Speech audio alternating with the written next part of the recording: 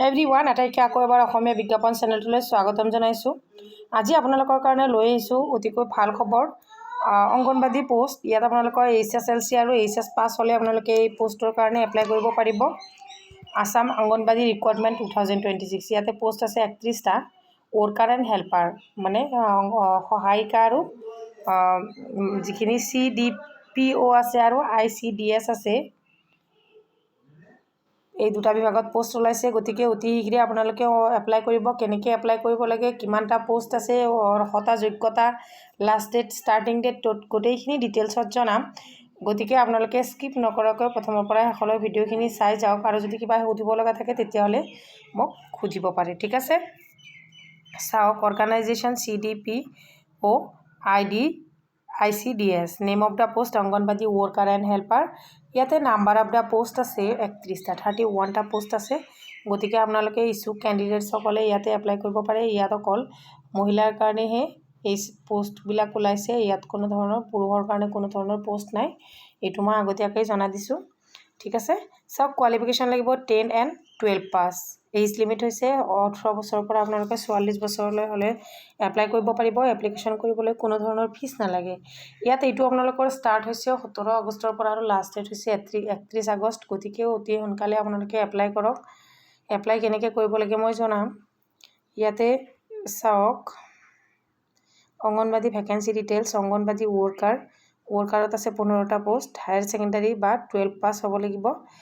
ইয়াতে আপোনালোকৰ এইটো চাকৰিটো হৈছে as per government rules. Anganwadi হেল্পাৰত আছে 16টা পোষ্ট। ইয়াত আপোনালোকৰ এডুকেশ্যন কোৱালিফিকেশ্যন HSLC হ'লেই হ'ব, HM। গতিকে আদাৰ ক্ৰাইটেৰিয়া অফ অংগনবাদী ৰিকুৱাৰমেণ্ট, ইয়াতে আপোনালোকৰ কেণ্ডিডেটছৰ 18 পৰা 44 বছৰৰ ভিতৰত হ'ব লাগিব, আৰু ৰেচিডেণ্টশ্বিপ কেণ্ডিডেটছ অসম য'ত এপ্লাই কৰিব তাৰে স্থায়ী বাসিন্দা হ'ব লাগিব। তাৰে পিছত resident proof of candidates the post of anganwadi worker. Anganwadi helper must be issued by the gaon pradhan. আপোনালোকে গাঁওবুঢ়াৰ পৰা বা গাঁৱৰ প্ৰেচিডেণ্টৰ পৰা এখন চাৰ্টিফিকেট আনিব লাগিব। আপোনালোকে সেই গাঁৱৰ লোকেল হয়নে নহয় তাৰ ওপৰত এখন চাৰ্টিফিকেট তাৰ পৰা লিখি আনিব লাগিব। সেইখনো আপোনালোকে ডকুমেণ্টছৰ লগত গাঁঠি দিব লাগিব। How to apply Assam Anganwadi requirement.